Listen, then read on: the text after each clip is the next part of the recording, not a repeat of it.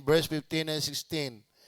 Kaya nga, sa ganang akin ay handa akong ipangaral din ang ebanghelyo sa inyong nangasa Roma. Sapagkat hindi ko ikinahihiya ang ebanghelyo, sapagkat siyang kapangyarihan ng Diyos sa ikaliligtas ng bawat sumasampalataya, unay sa Hudyo at gayon din sa Grego. Manalangin po tayo. Mapagpala naming Ama, pakipagpala po na iyong mga salita sa kaalaman ng Banal na Espiritu at sa pagpapatawad sa aming mga pagkakamali sa magitan ng dugo ng Panginoong Jesucristo.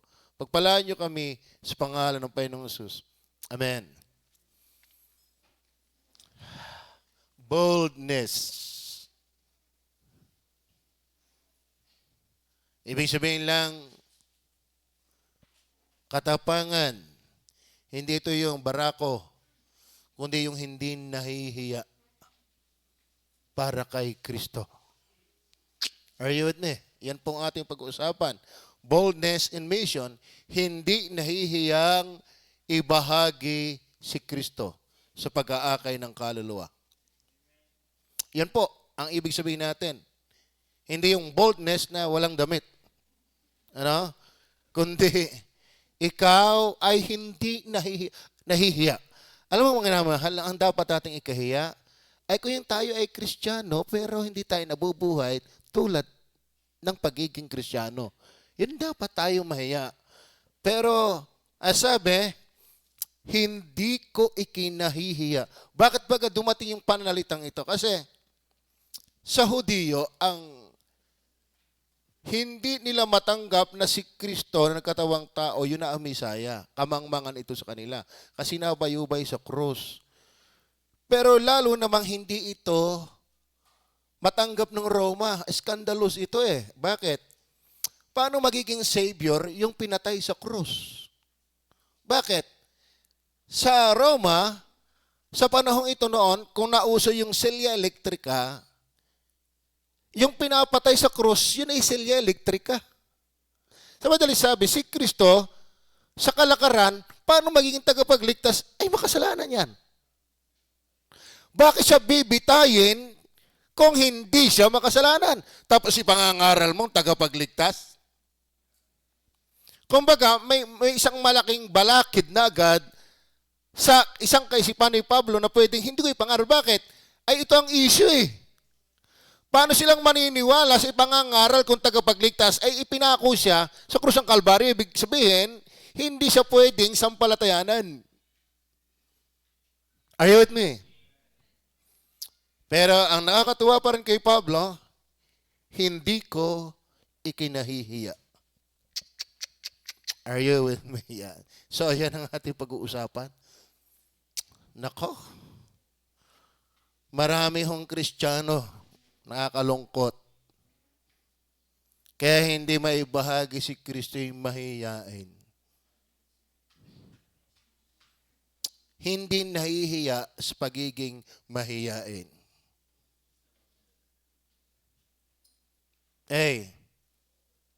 Meron din po akong ginawa doon sa kasi naglalagay din ako ng Tagalog. Nakakatakot yung hindi matakot sa Panginoon. Kaya nakakahiya yung hindi nahihiya na ikinahihiya ang Panginoon. Alam mo, dapat mahiya tayong ikinahihiya siya. Kaya sabi ni Pablo, sabi diyan, doon sa Roma chapter 1 pa rin, tingnan niyo po. May utang ako sa inyo sa Roma at sa Hudyo. Diga? Ibig sabihin mga kapatid, dapat lang tayo ay wag mahiya. Dahil tayo ay may pananagutan. Tama ba? Alam niyo po, ang nakakahiya ay yung may pananagutan na ayaw magbayad. Tama ba? Yan ang nakakahiya. Bigay nagtungo na agad. Kasi pastor, may pananagutan ako eh.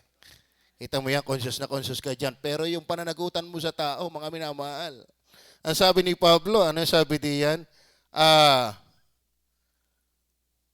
Nasaan ba yung talatang yon? Verse 14. Ako'y may utang. Yan. Sa mga Griego at gayon din naman sa mga barbaro, sa marurunong at gayon din sa mga mangmang. Kaya nga, sa ganang akin, handa akong magbayad. Yan ang ibig sabihin yan. Tama? Hindi ho nakakahiya ang magbayad. Ay, Brother Henry, pwede bang makausap kita? O bakit? Nahihiya ako, magbabayad sa anak ko. Parang di bagay yun. Ang nakakahiya, Brother Henry, di pa ako bayad eh. Yun ang kalakaran. Ang nakakahiya, yung hindi magbayad. Bit kayo na tungo. Alam ko namang may utang kayo. Ano? Eh, for the sake na, dahil yun ang ating pag-uusapan, hindi nakakahiya dapat. Kayo ba'y mahiyain pa rin? Ngayon, hahamunin mo tayo ng salita ng Diyos. Dapat si Kristo hindi natin ikinakahiya. Dapat ang ebanghelyo ay hindi natin ikinakahiya. Are you with me? At meron hong dahilan si Pablo kung bakit ay sinabi niyang hindi ko ikinahihiya ang ebanghelyo. Ngayon, kung yung taglay ni Pablo, taglay mo rin, abay, mag-utay-utay na tayong wag maging mahiyain. Tama ba?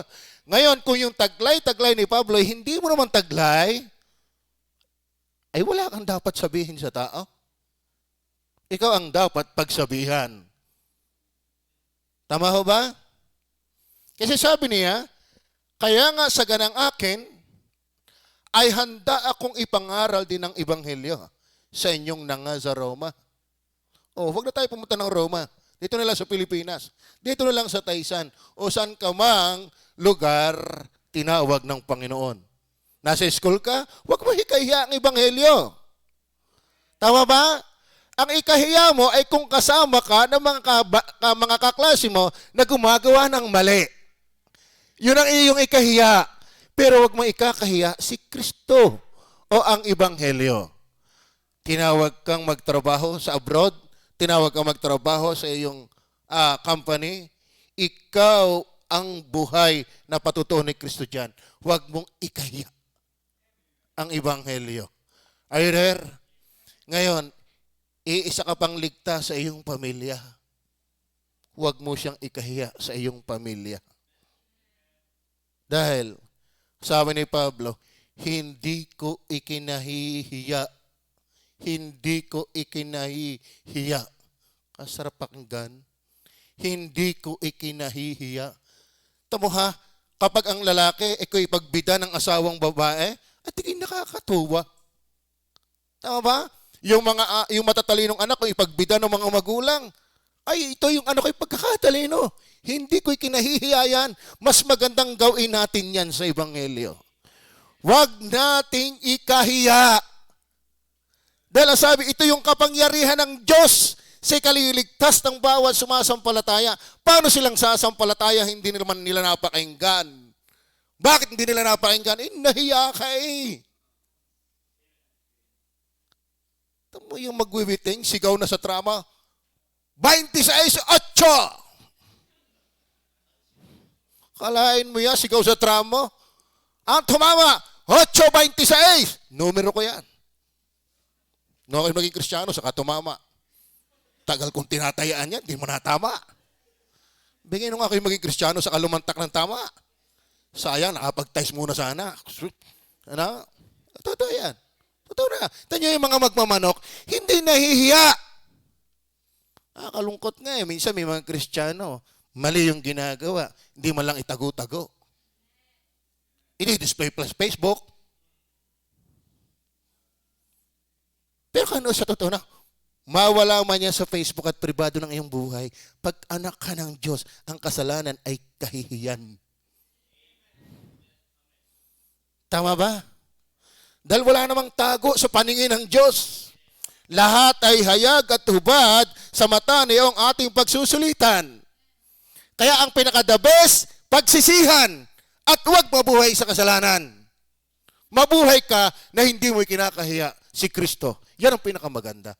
Ngayon ating tuntunin, mga minamahal, 5 po. Pag atiti ating tinunton, mamimisa na. Sana matapos itong mapag-aralan. May mamisang sisiw. Kita mo yan? Kung ano napasok sa utak natin. Kanina kurukutok. Yan, pagkatapos itong matunton, dapat mamisa ng sisiw ng mga kaluluwa. Amen? Una, tingnan niyo po ang verse 5. Verse 5. Nasa pamamagitan niya, kasi diniscuss po yung Ebanghelyo from verse 1 hanggang 4. Mamaya natin babalikan yon. Pero ang diniscuss na sa from verses 1 hanggang 4 ay gospel. Kaya nasa pamamagitan niya, yung gospel na yun kasi si Jesus Christ. Tinanggap namin ang biyaya at pagka-apostol sa pagtalima sa pananampalataya sa lahat ng mga bansa dahil sa kanyang pangalan.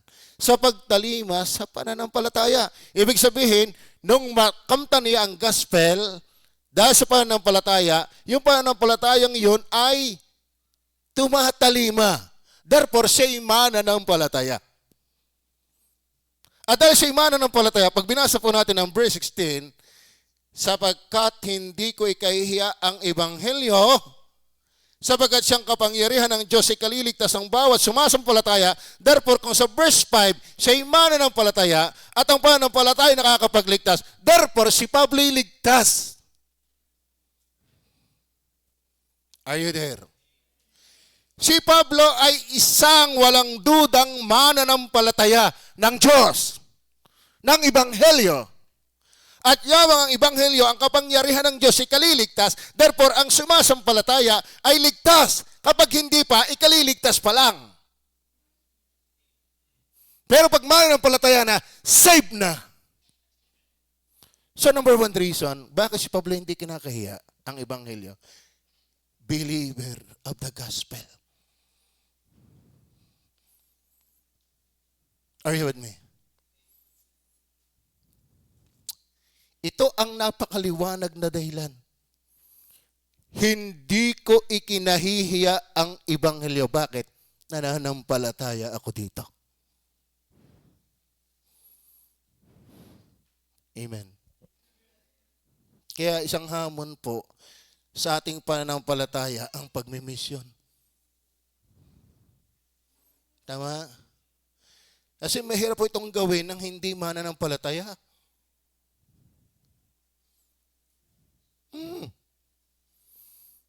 Alam niyo ba mga minamahal,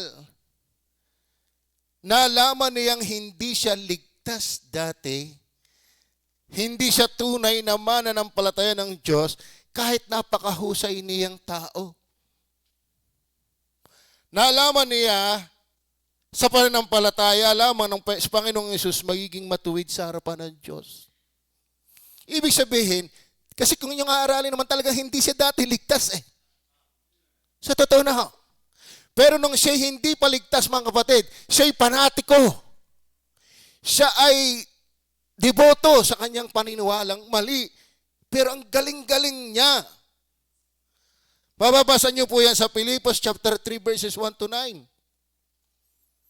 Sabi niya, kung ang iba'y may pagkakatiwala sa laman, ibig sabihin, susundin ko ang Diyos para kayo maligtas, umaasa sa kanyang magagawa, sabi niya, mas lalo ako. Mas lalo ako. Ano yung pinagmamalaki ninyong pagiging religyoso? Ako, 8 buwan pa lang nakasunod na sa Diyos. Bakit? Circumcised na siya. 8 months pa lang. Tayo 80 years na, hindi pa.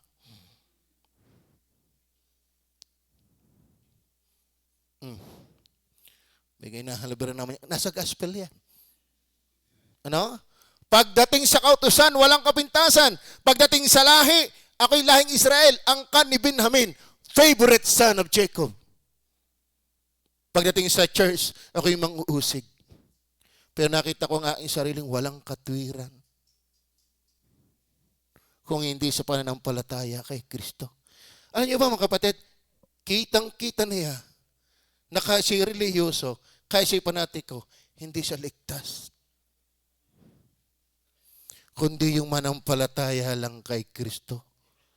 Ibig sabihin, kaya hindi niya ikinahihiya ang ebanghelyo dahil siya ngayon ay mananampalatayang totoo nito. Dati hindi. Kaya inahamon ko, kung talagang kayo mananampalataya ng ebanghelyo, huwag mong ikakahiya yan. Amen. Amen. Alam mo si Pablo, no, hindi paligtas. Humihingi siya ng sulat mong alas pamunuan. Pinakakaladkad niya ang mga tagasunod ng Panginoon. Hindi na kinahihiyang ipapatay kung kinakailangan ang mga tagasunod ni Kristo. Bulgaran siyang gumagawa alang-alang sa kanyang maling relihiyon na hindi niya alam dati. Are you there? Pero nakita niya, lahat pala ng aking ginawang iyon, dahil sa kaalamang ibinigay sa akin kay Kristo, ay sukal lamang para tamuhin si Kristo. Kaya mga kapatid, bit niya ikakahiya ang ebanghelyo na pinananampalatayanan niya. Na dito siya naligtas. Amen. Kaya sabi ni Pablo, hindi ko ikinahihiya ang ebanghelyo. Ba't ko ikakahiya? Ito yung nagligtas sa akin. Tama. Ngayon kung kinakahiya mo yan, baka hindi ka iniligtas niyan. Tama ba? Are you all saved? What saved you? Who saves you? Who saves you? Jesus Christ. The gospel. Ba't mo siya ikakahiya? Hindi yun ang normal na na reaksyon, hindi yun ang normal na response.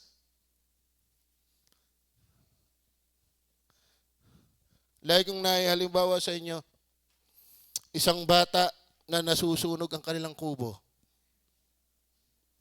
Sumisigaw siya, humihingi ng awa, inuubos ang kanyang boses, may makapakinig lang sa kanya dahil siya'y nasusunog doon sa kanilang kubo. May nakapakinig ng kanyang tinig. Isang binatang sinuong ang apoy at kinuha yung batang pwedeng tupukin ang apoy sa kubo. At ang sabi ng binata, hanapin mo yung tatay at yung inay. Hindi ka na masusunog. At sabi ng batang nailigtas ng binata, Kuya, anong iyong pangalan? Burnaol. Pwede ho bang ikaw ay aking paglingkuran? Dahil utang ko na sa iyo ang aking buhay. Are you with me? Amen? Ako iniwala literally. Pagdating ng kanyang magulang, pagdating ng kanyang kapatid, pagdating ng kanyang kaibigan, pagdating ng kanyang kaklase, ituturo niya, si Kuya, yan ang nagligtas sa akin. Hindi ako nahihiyang sabihin sa iyo, siya ang sumuong sa apoy para ako'y alisin lang doon sa lusunog na yon. Ba't mo ikakahiyang siya ang mag-aalis sa iyo sa impyerno? Hindi normal yon. Abnormal yon. Right? Literally speaking, ang tao pa naman kilala sa tinatawag itong Pilipino sa kulturang utang na loob. Kaya nga kahit linggo dahil sa utang na loob, napagbibigyan siya dahil ang utang na loob. Kasi hindi niya makita yung mataas na pinagtatanawan ng utang na loob. Si Kristo. Are you with me? So bakit hindi ko ikinakahiya? Sabi ni Pablo, hindi ko ikinakahiya ang ebanghelyo. Bakit? Mananampalataya siya yan. Are you with me?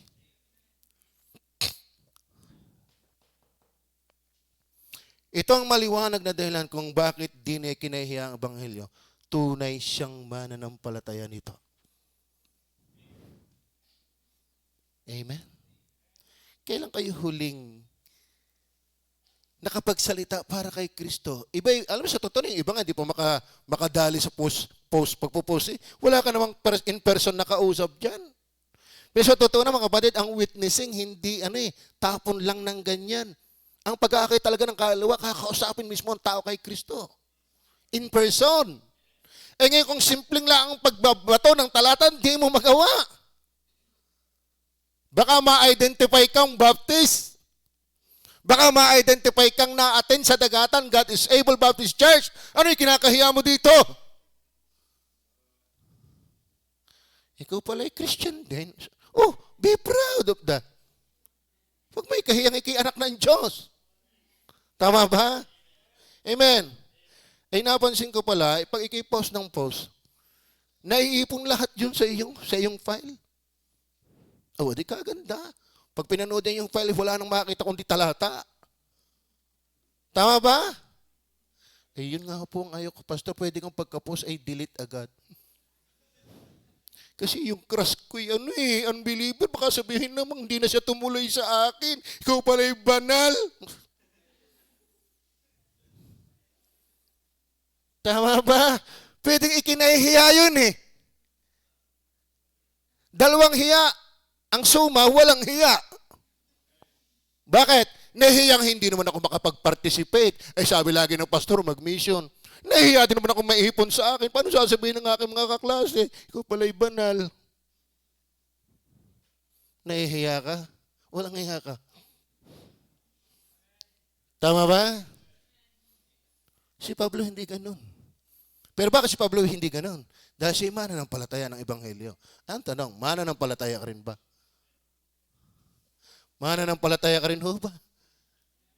Oh, naku naman. Kailan ka huling nagsalita para kay Kristo? Kasarap. Alam mo, ang sarap magbasa ng salita ni Kristo. Ang sarap din magbahagi ng salita ni Kristo. Dahil nananampalataya ka dito. Kumusta ho kayo? Amen. Saludo po ako sa mga kapatirang nagtatapon ng mga mensahe ng salita ng Diyos. Nagawa din naman ng kanyang coach. Sama naman. Di ka? Pero naguhulagpos. Ang tawag doon. Nagpupumiglas. Yan. Nagpupumiglas yung buhay espiritual na sa kahit anong kaparaanan ay maibulahlas ito para kay Kristo. Yun ang mga tunay na mananampalataya. Na talagang nagpupumiglas ang kanyang puso para isang lalaking ibig na ibig ay napasok pa naman. Tama ba? Nagpupumiglas, gustong-gustong makawala. Ako ba'y minamahal mo? Yun. Nakailang ka nandigan yan? Nakailang lubid ka na? Kailan tayo ganun? Kaya may nararamdaman ganun. Hanggang nagpupumiglas na kalooban na gusto mong sabihin. Dahil ikaw itong tuwang, ikaw inaligtas, nananampalataya ka kay Kristo. Kaya sabi ng Bible, tinanggap niyong walang bayad, ibahagi niyong walang bayad. Nakakalungkot ngayon, sa panahon ng cellphone, ang lamig na ng pananampalataya ng maraming churches. Ng individual. Wala na yung meaningful prayer life. Wala na yung meaningful Bible reading. Wala na yung devotion. Napakagulo, aktibong-aktibo sa bagay ng mundo. Pero wala nang buhay pribado para kay Kristo. Yan po nakakalungkot. And that is one of the signs of a dying church. Are you with me? Meron ba tayong damdaming ganyan na nagpupumiglas? Parang kurokotok. Kitang-kita sa alabok. Kaya nga kurokotok, kitang-kita sa alabok. Oh, hindi mo na kailangan magbutas ng siko eh. Yung puto siko, ang ilalagay tubig eh. Nung kami bata, iba ang tubig yung nilalagay namin dyan. Huwag na. So, una, believer of the gospel.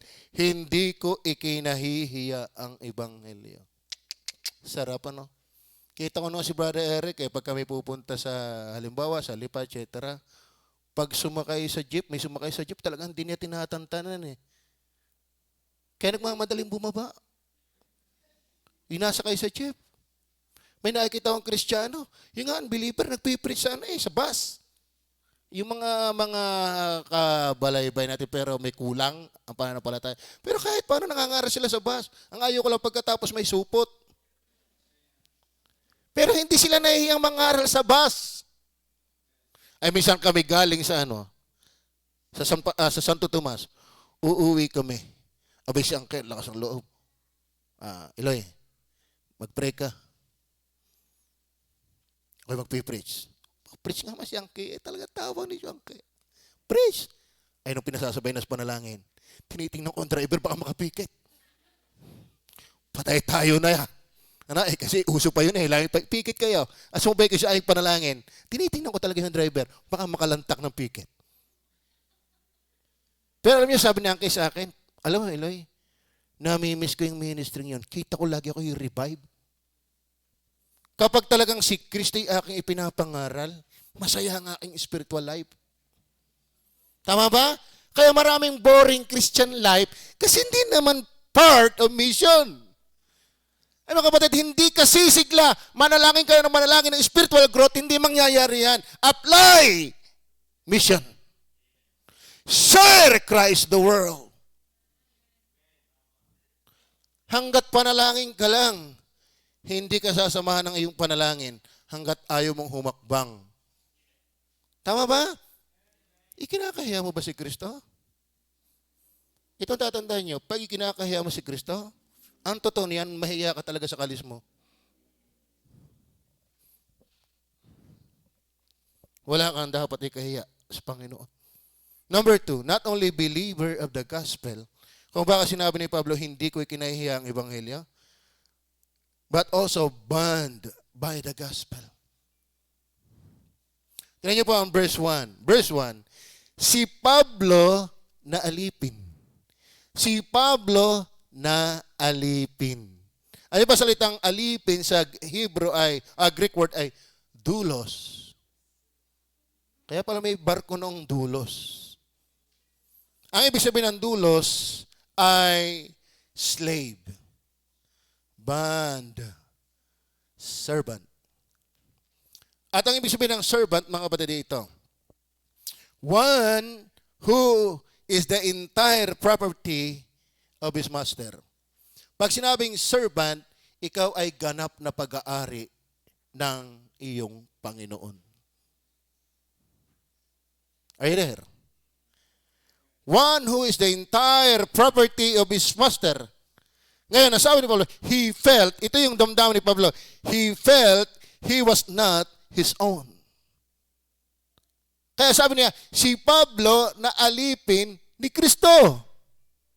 Bakit hindi niya ikinakahiya ang ebanghelyo bukod sa siya'y mananampalataya ng ebanghelyo, siya'y pag-aari ni Kristo. Wala siyang karapatan na hindi sumunod sa may-ari sa kanya. Hey, you are not the Lord of your life. You are not the owner of your time. We are double property of Christ by creation and by redemption. Are you with me? Si Kristo ang may-ari sa atin sa prinsipyo na siya ang lumikha sa atin. Pero inari tayo ni Satanas dahil tayo naging makasalanan. Pero tinubos ka uli ni Kristo. Tinubos ka ni Kristo. Kung pag-aari ka uli ni Kristo, sabi ng 1 Corinthians chapter 6, 19 and 20, hindi nyo ba nalalaman na kayo ay templo ng Holy Spirit? Na kayo binili sa halaga? Hindi na kayo sa inyong sarili. Hindi na kayo sa inyong sarili. Wala kang karapatan kung tutuusin na hindi magsalita para kay Kristo. Are you with me? Amen. Pakibasa nga ng 1 Corinthians. Tingnan natin muna. 19 and 20.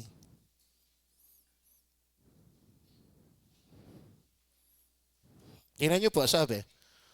Hindi baga ninyo nalalaman. Salita ba ng Diyos yan? Kasi mga batay, kung tayo naandito para lang magparaos ang oras, nasa akin din naman niya kung paniniwalaan ko hindi. Hindi ka talaga makikinabang sa salita ng Diyos. Tama ba? Actually, mga kapatid, sabi ni Pablo, woe unto me if I preach not the gospel. Yan dapat ang ramdam natin. Sa aba ko kung hindi ko ipangaral ang ebanghelyo. O hindi ba ganin nyo nalalaman na ang inyong katawan, kayo ba may katawan? Huwag nyo itutumba dyan, dahil din nyo yan. Ay templo ng Espiritu Santo na nasa inyo, kayo ba may Holy Spirit? Na tinanggap ninyo sa Diyos at hindi kayo sa inyong sarili, hindi kayo sa inyong sarili. Kaya sabi ni Paul, ano? Sabi ng verse 1, doon kanina, huwag niyo munang alisin yan, ako na lang babasa. Alipin ni Jesucristo. Siya'y pag-aari ni Jesucristo. Wala siyang karapatan na hindi sumunod sa nagmamay-ari sa Kanya. Alam mo yan ni Pablo eh. Kaya nga ang tawag niya sa kanyang sarili, alipin ni Kristo. Are you there? Verse 20, sapagkat kayo'y binili sa halaga. Mga kapatid, maligtas ka lang, buhay ni Kristo ang ibinuwis. Tama.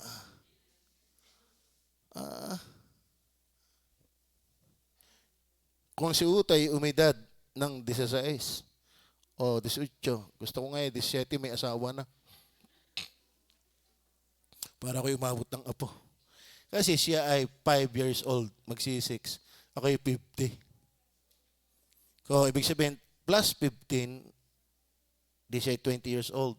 Di ako ay 65. Talagang may lula na yata umabot ng apo.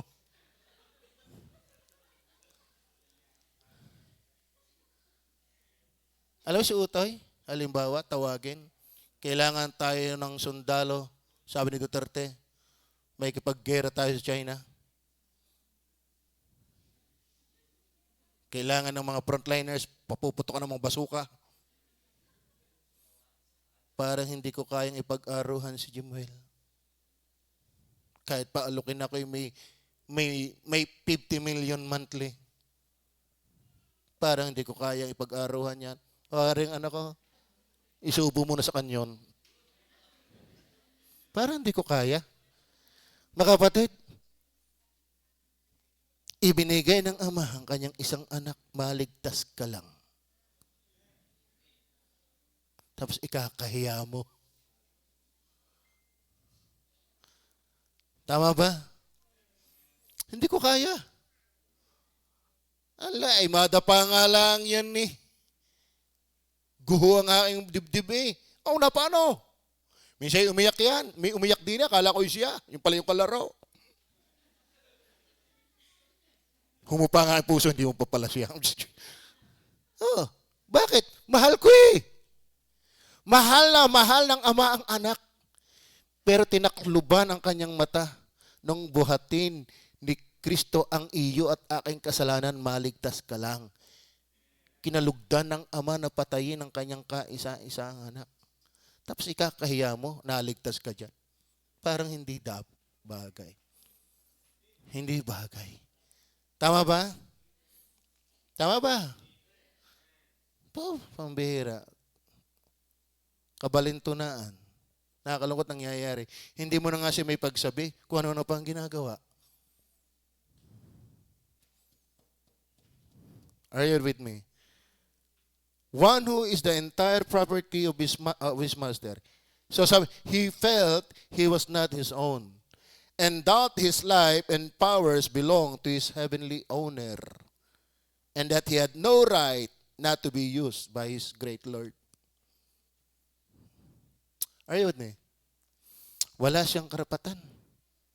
Are you with me? Tama, maliwanag ba yan? Wala bang karapatan si Brother Dayo na gamitin ang kanyang jeep?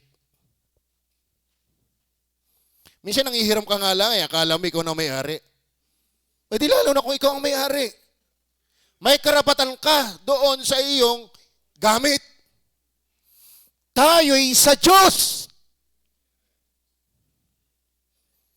Tama ba? Tayo'y sariling pag-aari ng Diyos sa magitan ng paglikha at pagtubos. Dapat maliwanag sa ating kukote yan. Ba't ako mahihiya? Hindi naman ito akin. Ako'y sa Diyos. Kaya tinatanggap mo kay sa Diyos, ibahagi mo siya. Tama ba? Nakakalungkot.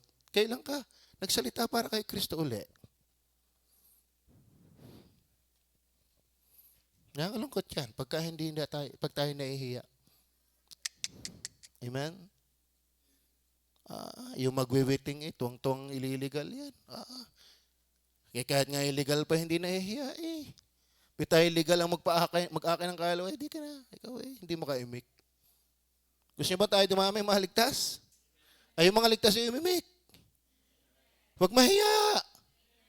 Huwag mahiya. Tama ba? Hindi ko ikinahihiya ang ebanghelyo. Ay, minsan, ako'y na-confine sa hospital. Dahil ako ay tinudurkan sa appendix.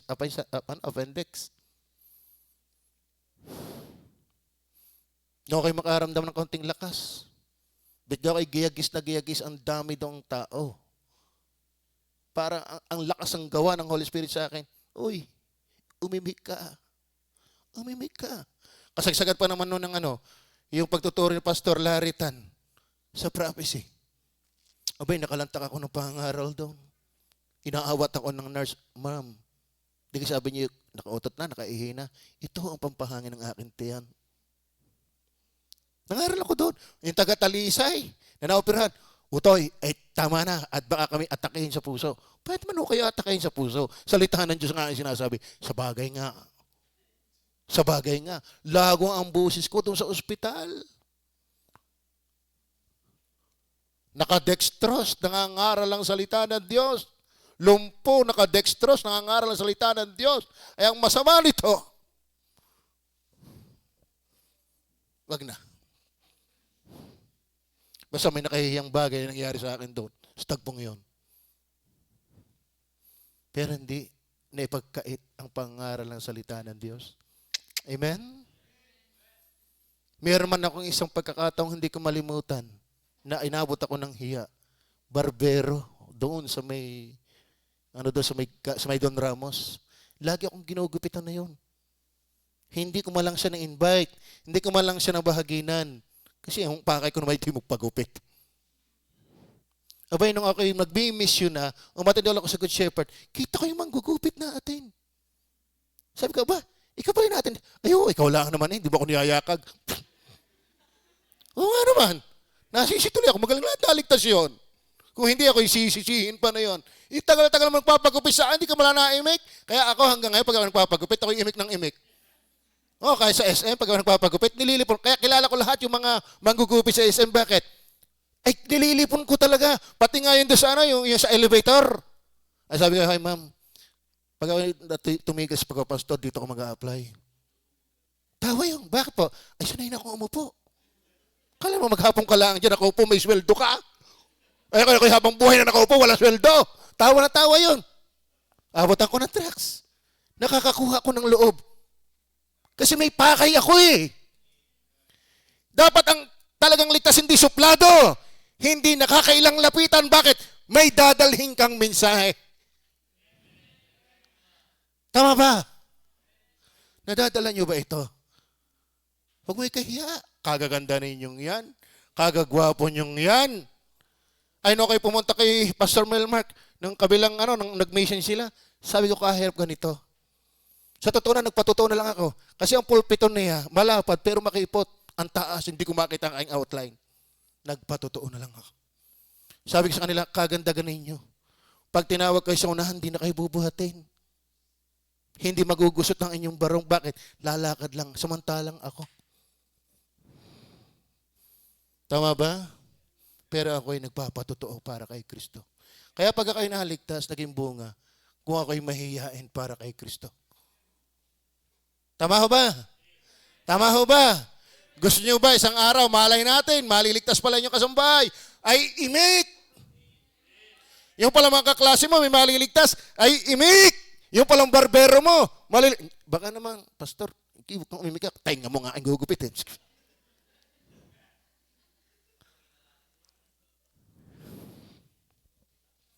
Si Joseph, ako'y natutuwa din yan. Joseph Panelo, wag lang di, halimbawa, magagasolina. Mag-aabot agad ng traction. May pabitaw pa yon. Si Kristo lang ho ang tagapagligtas. Magsisi lang kayo ng kasalanan. Kahusay ka ng taong yun. Laging may parunggit para sa Panginoon. Oh, mangungutang na 100. Ito'y babayaran ko. Jesus paid it all.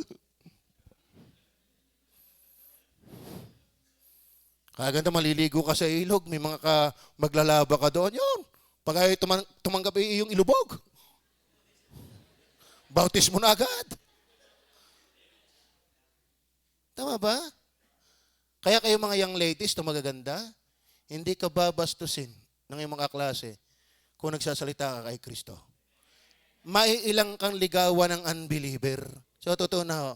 Kaya ang unbeliever, ang lakas-lakas ng loob sa iyo, mukha ka rin ng mga unbeliever. Tama ba? Pero kay buhay kay Kristo, wala ka ng pag-uusap kundi talata. Sabihin ko sa iyo, maiilang sila sa iyo. Pero bakit ang dali mong dagitin? Kasi nangaakit ka eh. Kapag hindi ka na imik kay Kristo, inaakit mo ang mundo. Pero kung maingay ka kay Kristo, itinataboy mo ang mundo sa buhay mo. Tama ba? Hey, young ladies, when was the last time you speak for Christ? And gentlemen, mga married, kayo ba na magpapara kay Kristo? Anong say tayo nag-aaral ilang buwan tapos wala naman tayong aplikasyon? Tayo naglalaro lang din eh. Amen? Okay, di ko nakukunin yung mga ilalim pa niyan. Ayaw kung bakit, ano ba ang katapangan doon sa band by the gospel? Meron pala akong oras. Kasi ito ay privilege. Privilege po mga kapatid. Therefore, seeing we have this ministry as we have received mercy, we faint not. Alam mo si Pablo, ang tingin niya sa kanilang sarili? Biyaya lang ang maging alipin ni Kristo. Bakit? Dati naman tayo alipin ng kasalanan eh. Alipin ng diablo, pero wow, ako'y alipin ni Kristo ngayon. Alipin ka dati ng Hinebra hanggang ngayon. Alipin ka dati ng Mahjong, alipin ka ng kasalaswaan, etc. Ang daming masasamang umaalipin dati sa atin. But praise the Lord, ako'y alipin ni Kristo ngayon. Tama ba? At ito po ay, mga kapatid, ito'y nakaka-proud. Minsan, ako'y may pinuntahang bahay ng mayaman, ang andala namin jeep, yung magandang jeep natin, yung talagang natakbo na habol pa ang langaw. Ay nakapila doon ng mga Land Cruiser, Fortuner, at saka yung jeep. Yung mga mahaling sasakyan.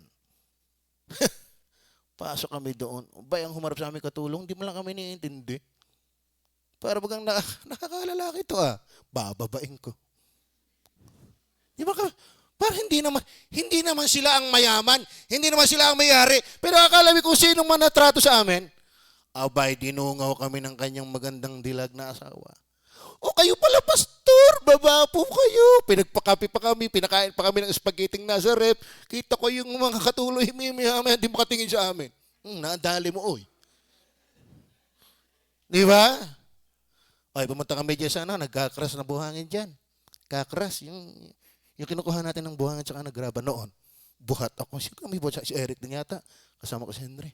Yung mga dinaanan, hindi kami niintindi. Abay, nang pumasok kami, naandun yung may-ari. Ibili nyo rin ng coke, ibili nyo rin tinapay. Napahiya na naman.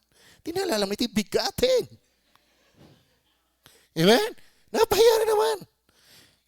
Akala nyo, mga katulong lang, ang feeling ay yabang na katulong lang ng mayaman. Mga kapatid, ba't ka mahiya?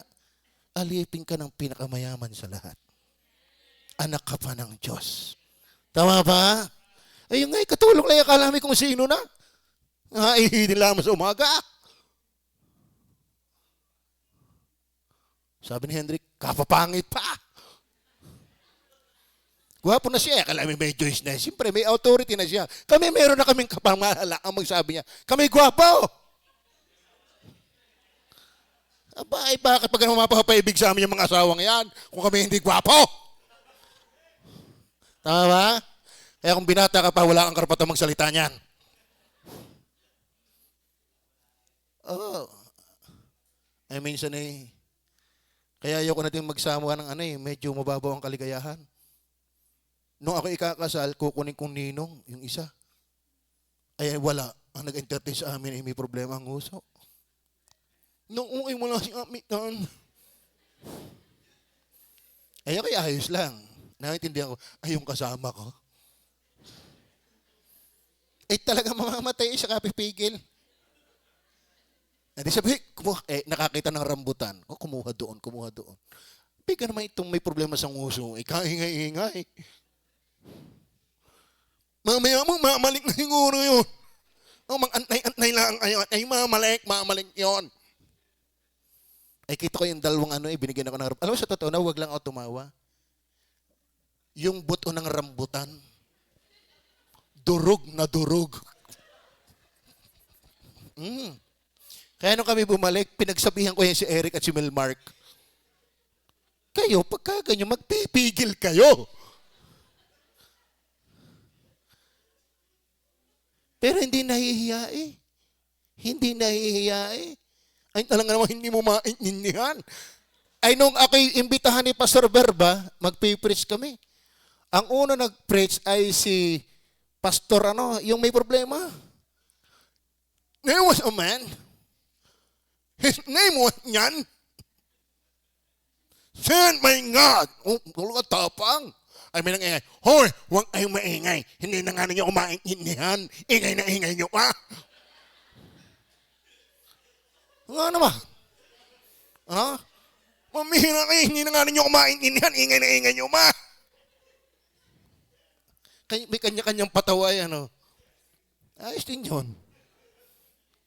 Huwag ito kayo maingay. Hindi nyo pero ang puntos ko, hindi nahihiya.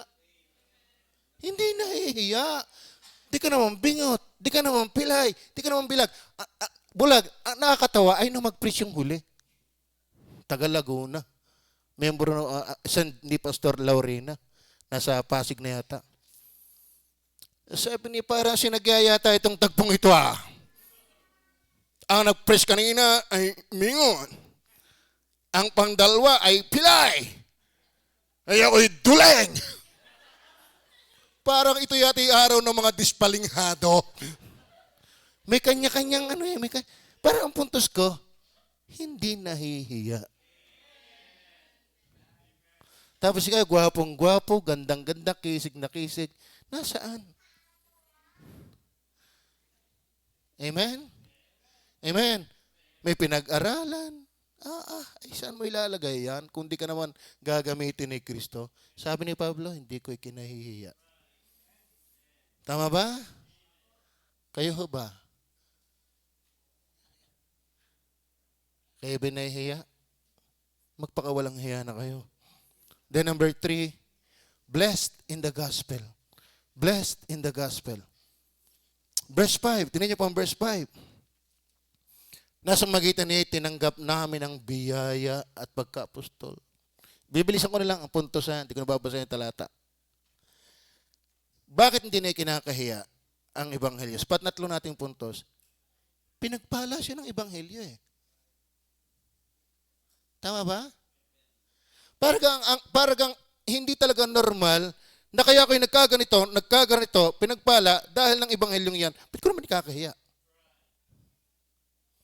Tama ba? Sa magitan ng ebanghelyo, siya naligtas.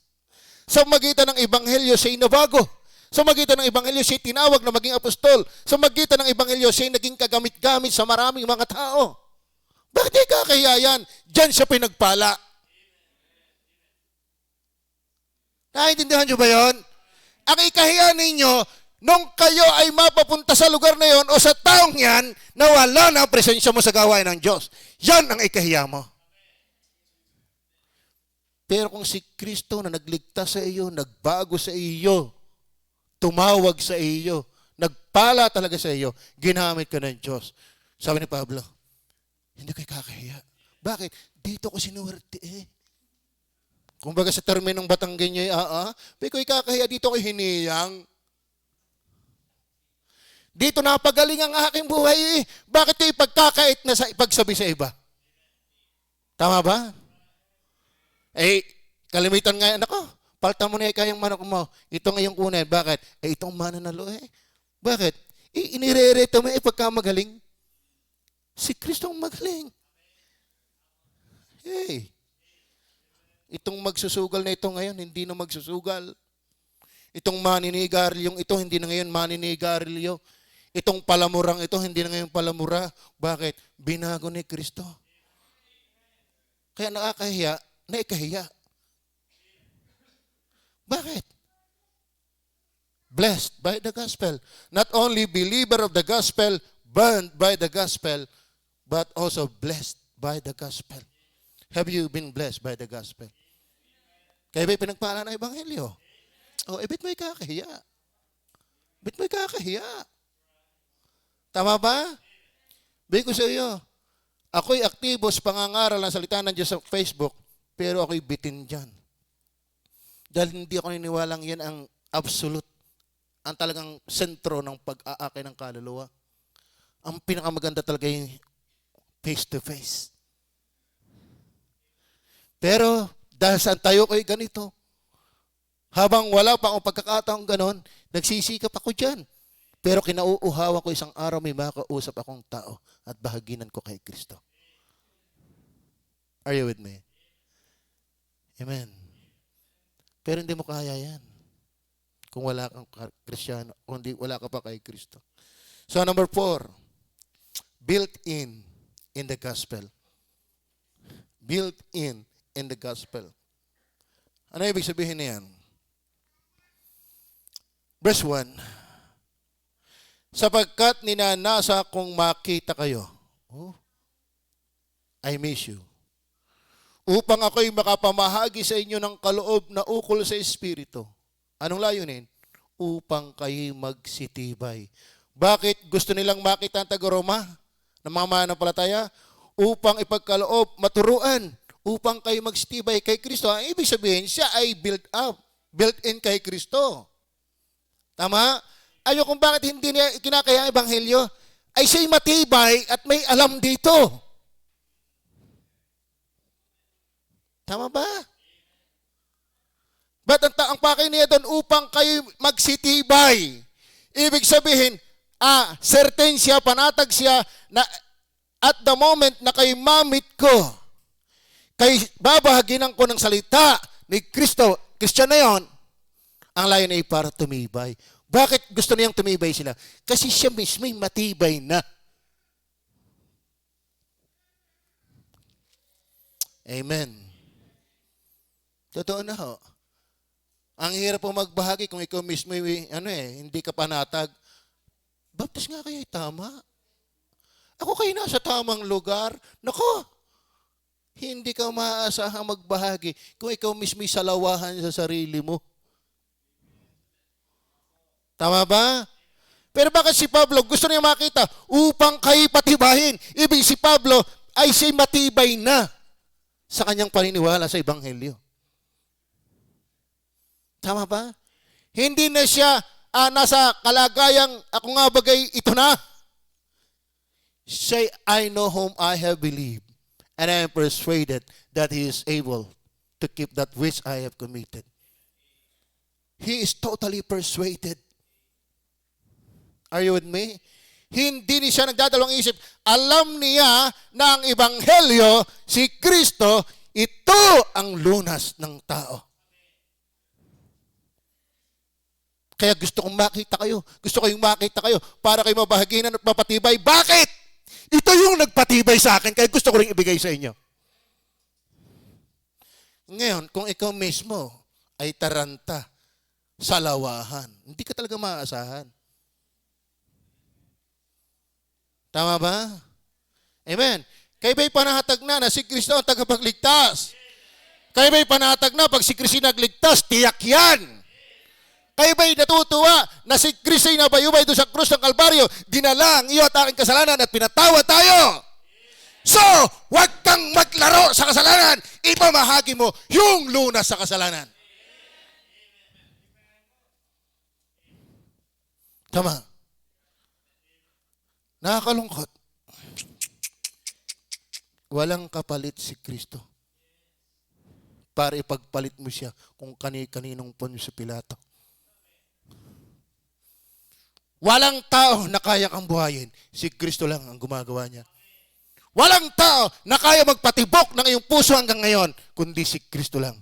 Walang tao na kayang gumawa na nai-enjoy mo ang sanglibutan at walang taong kayang magbuwis ng buhay, maligtas ka lang. Tapos, may mas mahalaga sa kanya. Hindi mo siya may imik. Nausbaw ka na ni Satanas.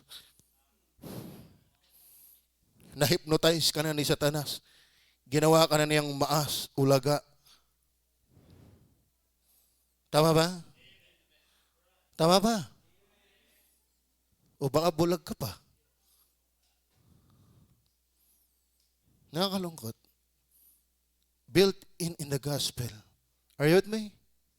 Ano sabi niya? Si Pablo na alipin ni Jesucristo na tinawag na maging apostol, ibinukod sa ebanghelyo ng Diyos. Kala nyo, isa pala ibinukod. Kailan ba nangyari yung pagbubukod? Galatia 1:15. But when it pleased God who separated me from my mother's womb and called me by His grace, malalim ang silip ni Pablo sa gospel. Are you with me? Amen. Ako pala wala pa sa tiyan ng aking ina.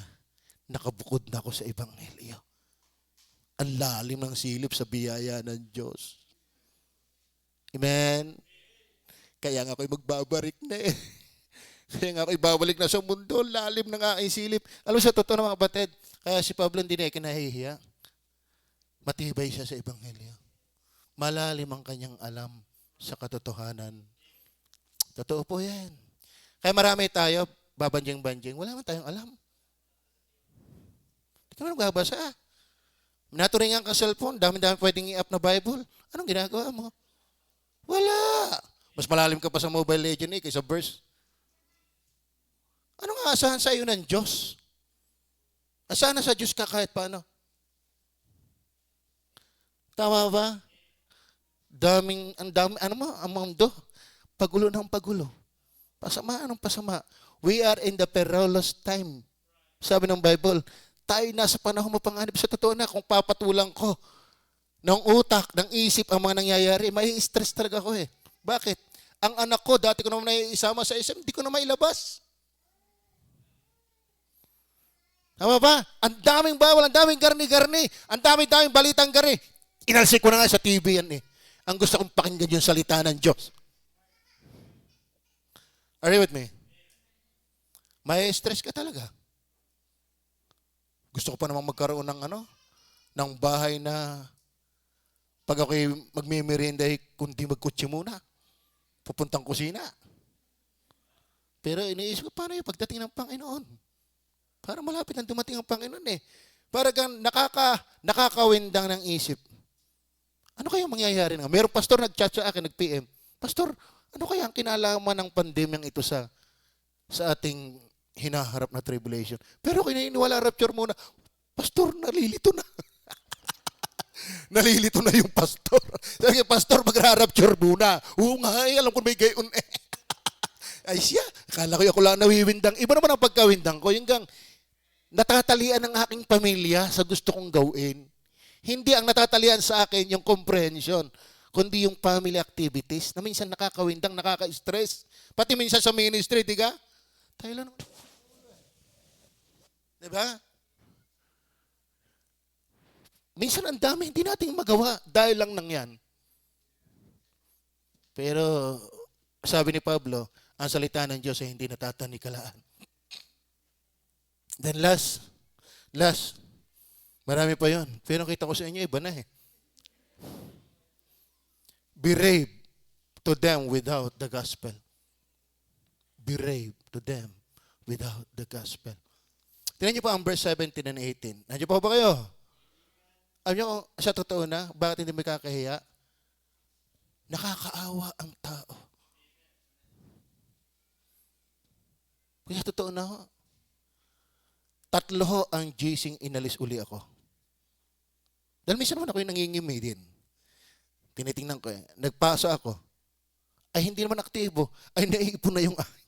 Ay minsan nakakahiya din naman nga Naiipon na yung aking mga inilagay doon. Bakit? Hindi active Hindi. Kita mo, pagka kayo may mga gising di active, puro na yung inilagay mo na andoon. Minsan kung nahihiyan, dadagdagan ko pag-aari. Naglakas akong loob dagdagan pa yun. Tinanggal ako. Nagpaalam pa sa akin, Pastor Roselo, kaya hiyaman sa iyo, may nag-utos lang sa akin na kayo alisin ko. O bakit? Pinaalis ko kayo pero hindi ko kayang kayo alisin. Yung admin po nag-utos sa akin. Ano bang GC yun? Pinakita sa ariho. Sa isip ko naman, wala namang nagawa diyan. Pero isa sa dahilan kung bakit ako nalis doon, kita ko pag binuksan ko yung gising yun, ang lalim, puro akin. Tapos gumawa ko ng GC pang aming relatives, ako naiilang, baka mag-alisan. Pero sabi ko kung talaga may maliligtas dito, tuloy lang ako. Binisito ko yung aming GC, talaga naman parang yung pinabirthday niya, tumantaw sa hila ko ng hila yan Puro message ko yung naandoon.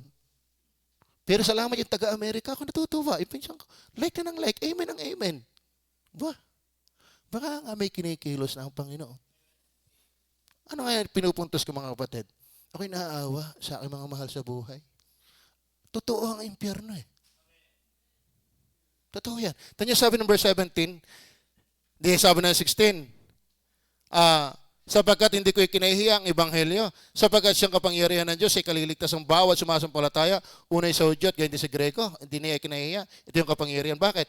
Sapagkat dito ang katwiran ng Diyos. Ang katwiran ng Diyos ay ang ebanghelyo, yan si Kristo ay nahayag mula sa pananampalataya hanggang sa pananampalataya.